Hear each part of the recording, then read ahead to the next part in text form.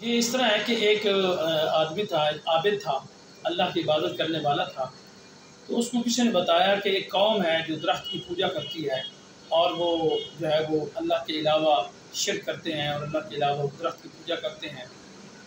تو اس عابد کو یہ بات اچھی نہ لگی، وہ اٹھا اور اس نے کلہاڑا لیا اور اس درخت کو کاٹنے کی جو ہے نا وہ نیت سے چل پڑا۔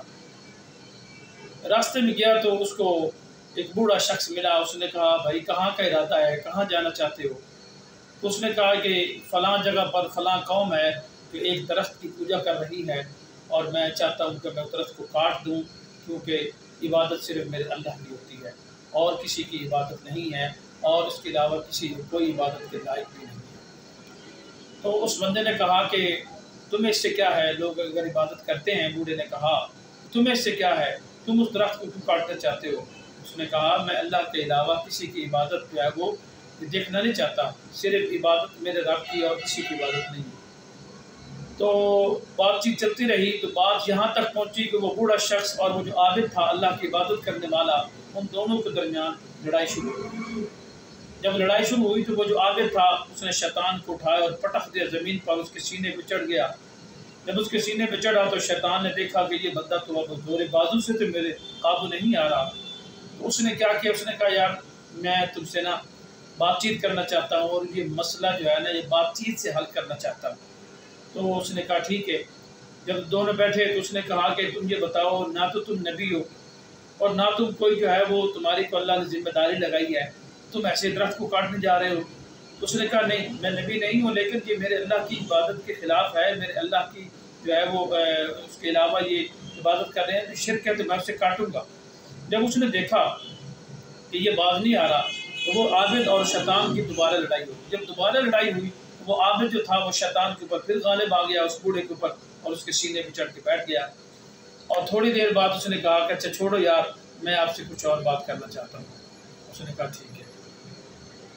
اس نے کہا شیطان نے اس کو سمجھایا کہ بات یہ ہے کہ تو ایک مفلس آدمی ہے، لوگوں کے رحم و کرم پر تو چلتا ہے، لوگ تیرے ساتھ تعاون کرتے ہیں، تیرا کھانا پینا چلتا ہے، تیرے بچوں کا چلتا ہے، تو میں چاہتا ہوں کہ تیرے پاس پیسہ ہو، تو لوگوں کو کھلائے، تو لوگوں کو جو ہے وہ لوگوں کی مدد کرے، انسانیت کی مدد کرے۔